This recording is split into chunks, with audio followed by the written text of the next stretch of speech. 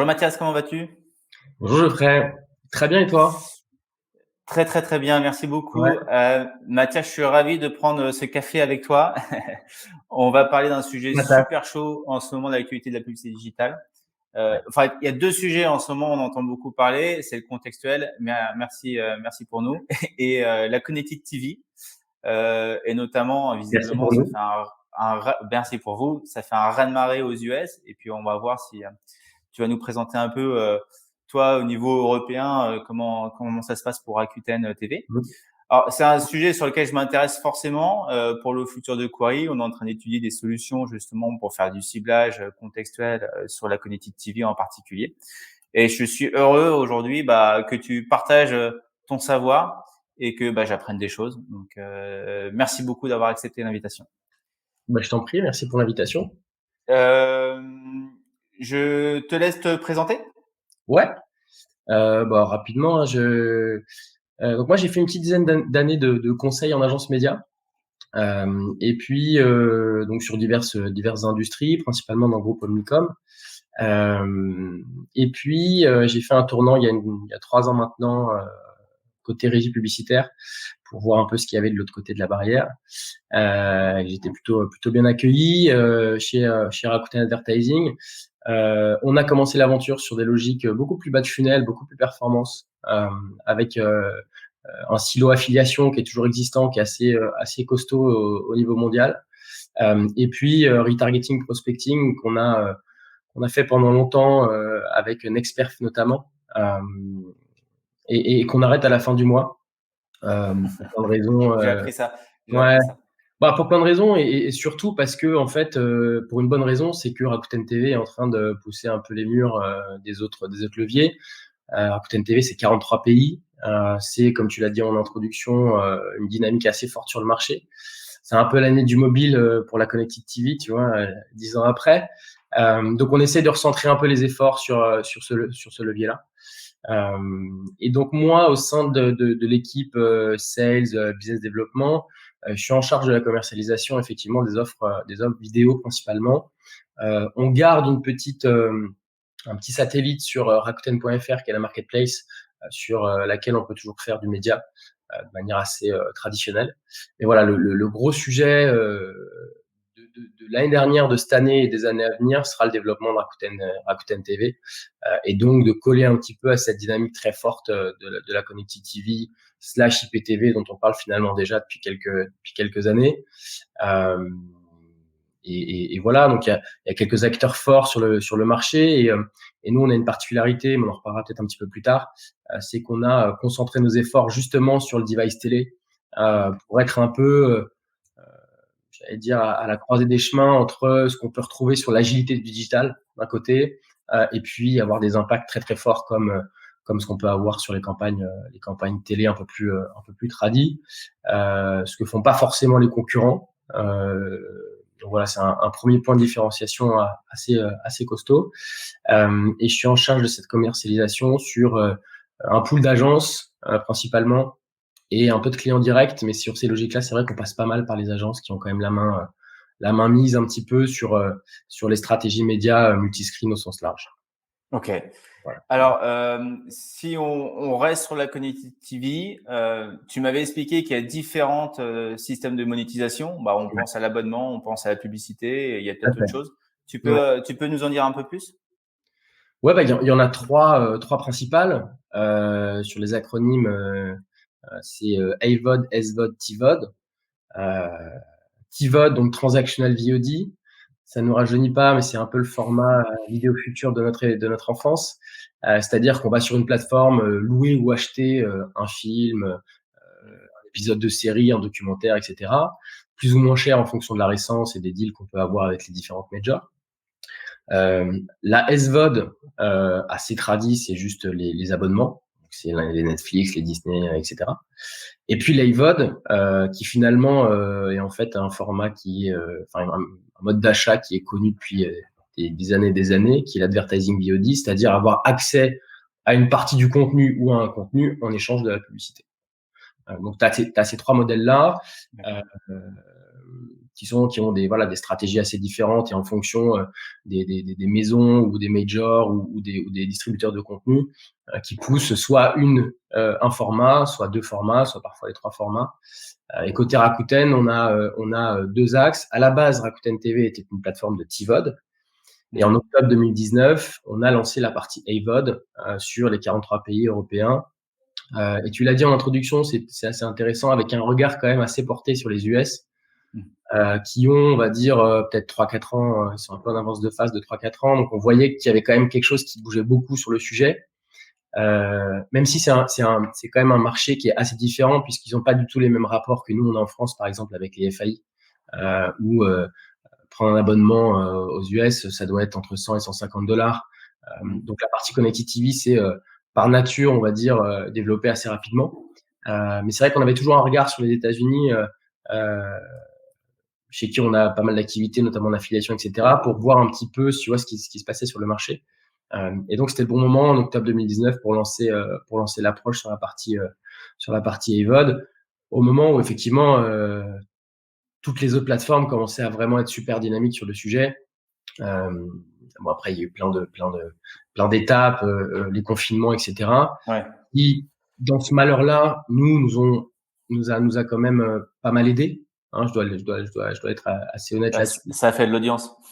Ça a fait de l'audience, alors, et c'était assez direct. Hein, on voyait des implications et des incidences sur nos volumes de manière assez significative et assez rapide. Et on avait un peu peur, si tu veux, que ça fasse une grosse montée en couverture et que ça fasse pchit assez rapidement.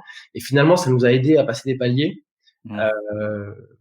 Parce que voilà, il y a eu de la rémanence, des connexions, que les gens étaient, que les exposés étaient assez satisfaits, et que du coup ça a pris pas mal en volume. Donc c'est vrai que ces années-là, malheureusement, sur le malheur un peu de la pandémie globale, a pas mal aidé la dynamique en business côté Rakuten TV, quoi. Quelle est la stratégie de Rakuten TV pour acquérir de l'audience, justement? Tu nous as parlé d'un effet avec le Covid, le fait que forcément il y a plus de personnes qui vont passer du temps devant leur télé. Ça vous a permis de passer des paliers. Ouais. Je sais que Rakuten TV aussi négocie ses emplacements sur les TV comme les Samsung, avec un bouton sur les télécommandes. Je suppose que c'est pareil, ça vous permet d'avoir une audience un peu garantie sur tous les utilisateurs de télé. Il y a d'autres leviers comme ça pour avoir de l'audience? Tout à fait. C'est vraiment cet axe-là qui est l'axe de différenciation et la stratégie qu'on a voulu mettre en place.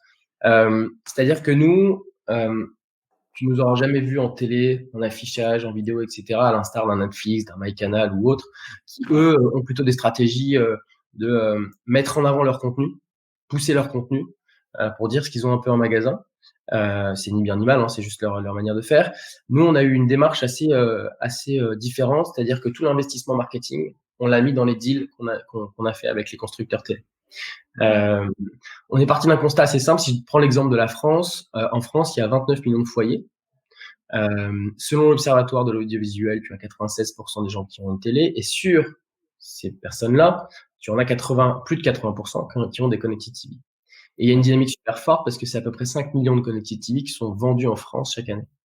Et donc, la stratégie de s'intégrer, si tu veux, à ces devices-là, et d'être directement, alors je te passe la stratégie des années 2000 de rentrer dans le salon des Français, mais finalement c'est un peu ça, et de se dire qu'on est directement intégré aux télécommandes en face du bouton Netflix, et donc effectivement dans une dynamique assez forte là-dessus, qui est une stratégie aussi qui est assez risquée, c'est-à-dire que ça met du temps à se mettre en place, puisqu'il faut qu'on fasse des deals avec les constructeurs, que les télés soient vendues. Une fois que les télés sont vendues, qu'elles soient branchées. Qu'une fois qu'elles sont branchées, il faut que les gens se connectent à l'application, etc., etc.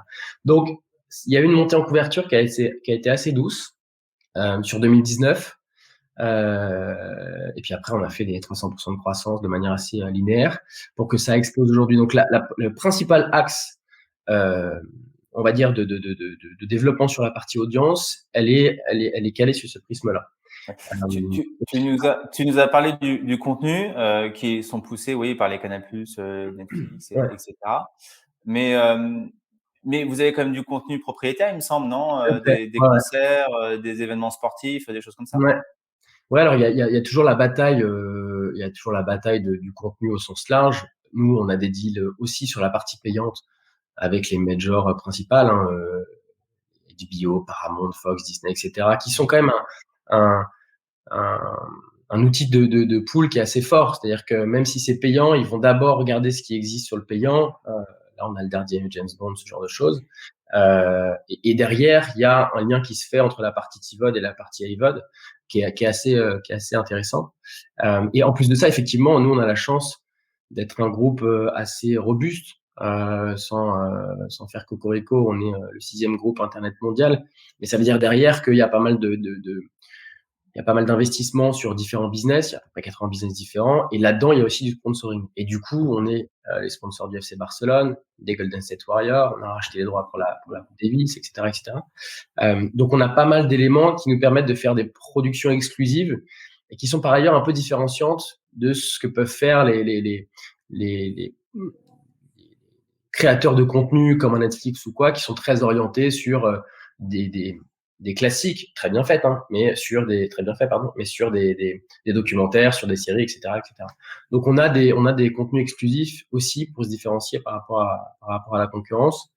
Et puis petite nouveauté qui étonnamment fonctionne très très bien. Depuis 10-12 mois, on a intégré pas mal de chaînes linéaires aussi pour que, une fois qu'on est rentré dans l'écosystème, dans Rakuten TV, dans l'application, on ait vraiment un éventail de contenus intéressants sur du film, du documentaire, des contenus exclusifs, des contenus kids, etc. et aussi des chaînes linéaires.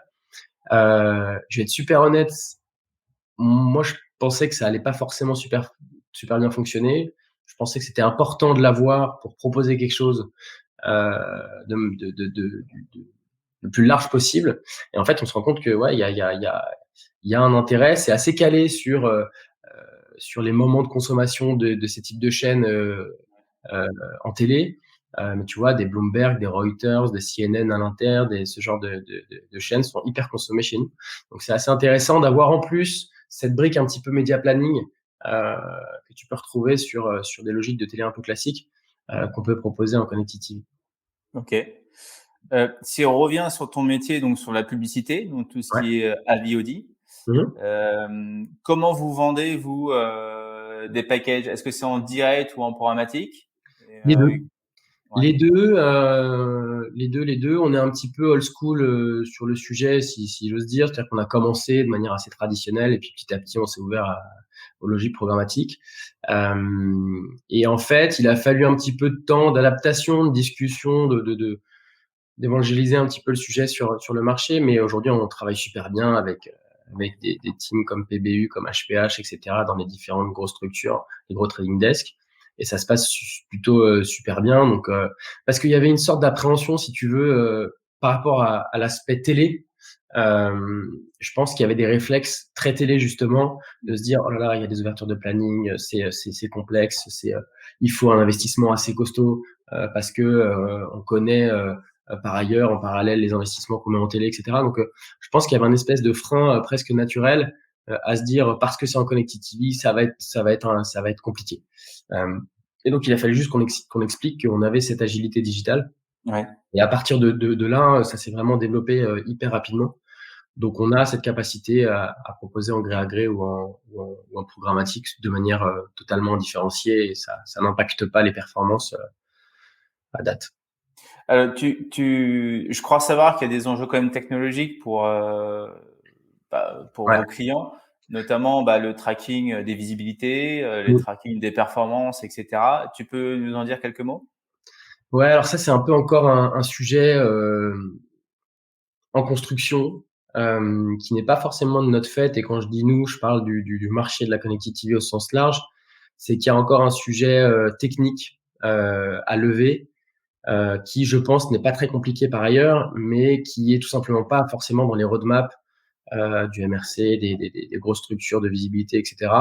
Qui fait qu'aujourd'hui, on a une difficulté à faire remonter les indicateurs de visibilité, notamment côté agence ou côté client dans leur dashboard. Nous, on a pas mal bousculé un petit peu les acteurs principaux du marché. On a toute la partie brand safety qui remonte déjà. Donc, c'est déjà une première étape assez intéressante. Mais il y a encore des freins sur les DAR, les XCR, l'incrémentalité par rapport aux cibles, etc., qu'on peut toujours pas mesurer en Connected TV. Donc, je pense que ce sera un sujet assez fondamental pour nous parce qu'il y a certaines agences qui ont été un peu en avance de phase ou qui ont très largement travaillé sur des méthodologies de lecture de la performance qui incluent ces acteurs, ces métriques-là, de visibilité, d'incrémentalité sur cible, etc., qu'il va falloir qu'on travaille si on veut à un moment donné pouvoir répondre sur toutes les industries et auprès de toutes les agences. On a la chance quand même d'être en face d'agences, de clients qui sont en France quand même assez éclairés et qui comprennent qu'à un moment donné, la visibilité sur un écran télé Full HD, soit par défaut, c'est pas un sujet. Mais c'est vrai que quand il y a des réflexions qui sont gérées soit à l'inter, soit qu'il y a des investissements forts qui sont faits par les clients sur des IAS, ce genre de choses, à un moment donné, il y a besoin de mettre un chiffre dans une case et ça peut être un peu compliqué. Ouais. Donc ouais, il y a encore du travail, mais c'est pas très étonnant parce que les acteurs de Connected TV sont quand même là depuis pas si longtemps que ça.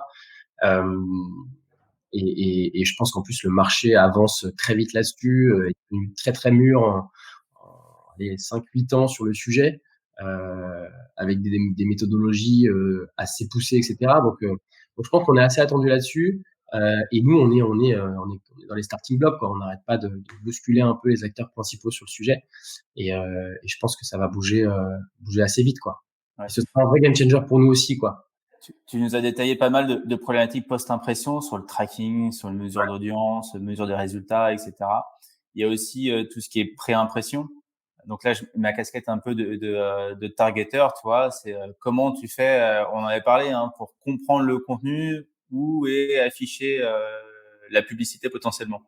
Ouais, Et c'est vrai que quand tu regardes les requêtes RTB, hein, en programmatique, quand tu reçois une requête Connected TV, t'as pas l'URL de la vidéo qui est en train non, d'être affichée. Donc, on n'a ouais. aucune idée de ce qui se passe, si ce n'est que c'est dans l'environnement de Rakuten TV. Mm. Et ça, c'est aussi un gros challenge qui donnera de la valeur à votre contenu et qui nous permettra de cibler une audience ou un contenu particulier Mm. pour ajouter une surcouche data à l'inventaire publicitaire. Ouais, c'est sûr. C'est sûr, et je pense que nous, on a des méthodologies de lecture, si tu veux, assez simples, parce qu'on travaille sur des logiques d'ID, les gens sont connectés, etc. Donc, c'est plus simple pour nous, si tu veux. Oui, oui, tu les connais, ouais.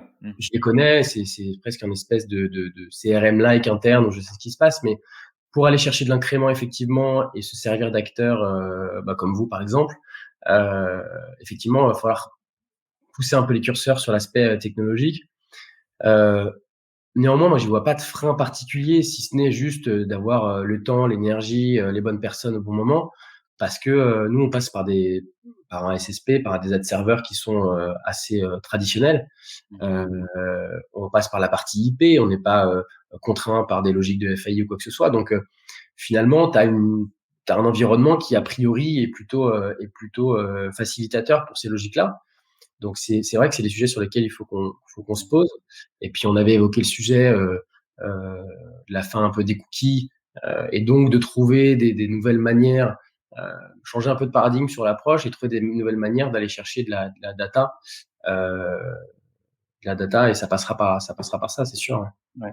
Ouais, ouais, la solution est simple, hein, mais malheureusement, c'est pas encore normé. Et, quand tu regardes ce qu'a partagé l'IAB, ce nouveau protocole RTB, c'est pas prévu.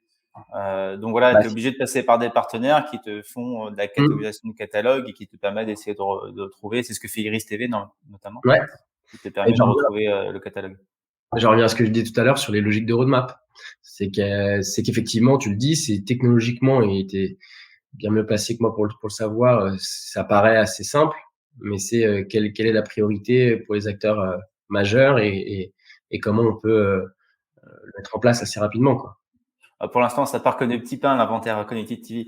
Donc, vous n'avez pas Oui, trop ce oui, problème-là. oui. Quand il y aura plus d'inventaire disponible, il y aura peut-être un intérêt supplémentaire pour vous Ouais, de travailler plus avec des partenaires comme nous pour rajouter de la surcouche data et rajouter un petit peu plus de cohérence dans le ciblage.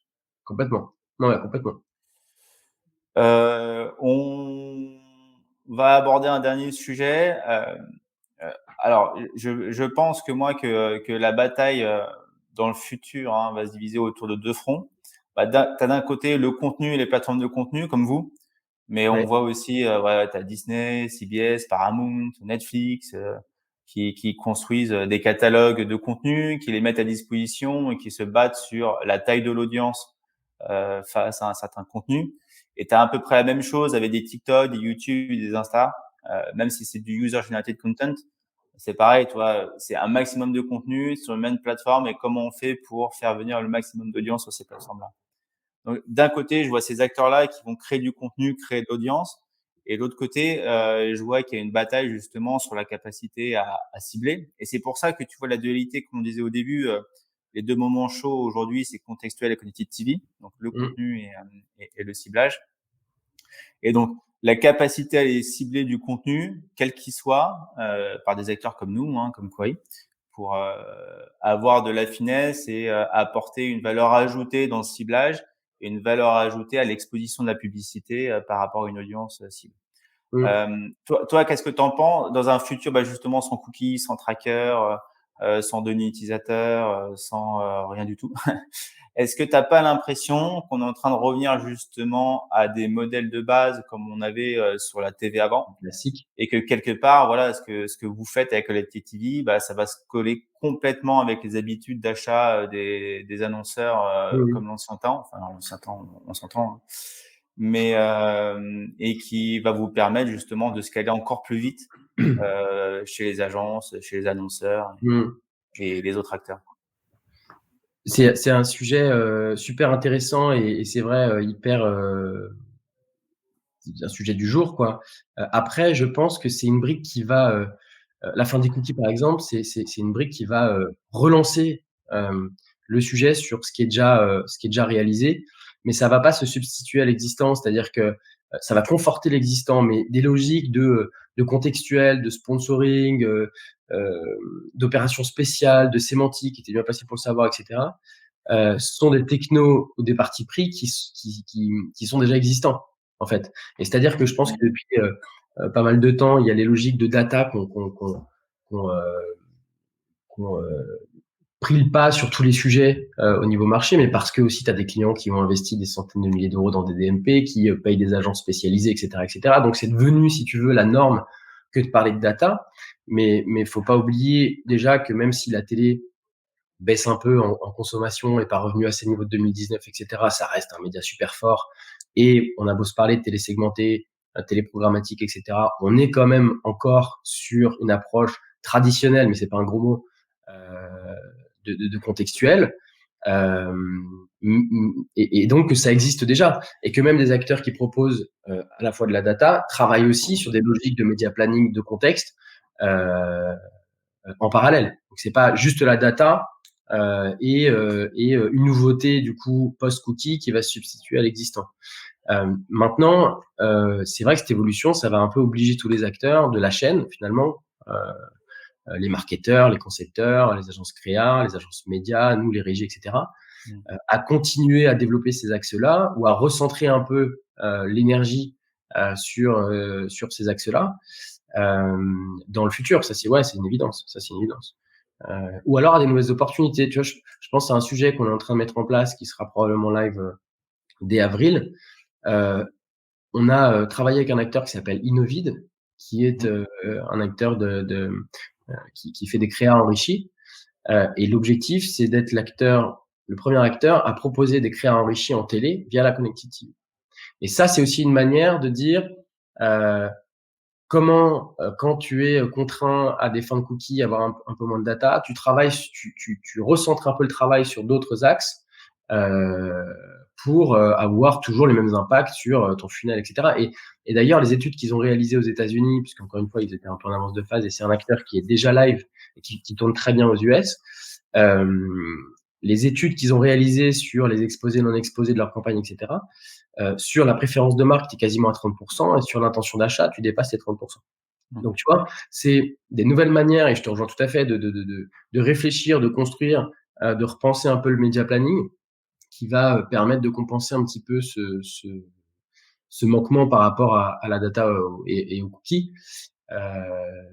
Mais c'était déjà existant, c'est ça que je veux dire. Je pense qu'on oublie aussi qu'il y avait déjà ces axes-là et des acteurs qui travaillaient déjà bien sur le sujet. et qui permettait d'avoir des bonnes performances, quoi. Ouais, tout à fait. Bah, tu vois, Mathias, tu nous confirmes qu'on a encore beaucoup de taf pour le Oui, futur et oui. qu'on n'est pas au bout. De toute façon, c'est des cycles, hein. On réinvente tout, tous Ouais, les tous les c'est 8-10 ans dans la publicité. c'est plutôt une bonne nouvelle. Ouais, c'est plutôt une bonne nouvelle. On a encore du travail, devant nous On va être obligé de se reparler. pour nos vieux jours. OK, merci beaucoup Mathias, pour Merci à cet toi, échange super enrichissant et puis, bah, on se revoit vite, dans la vie réelle avec plaisir. et puis, je te souhaite une très bonne journée. Merci Toi beaucoup. aussi, à bientôt, salut, À porte-toi bien. bientôt.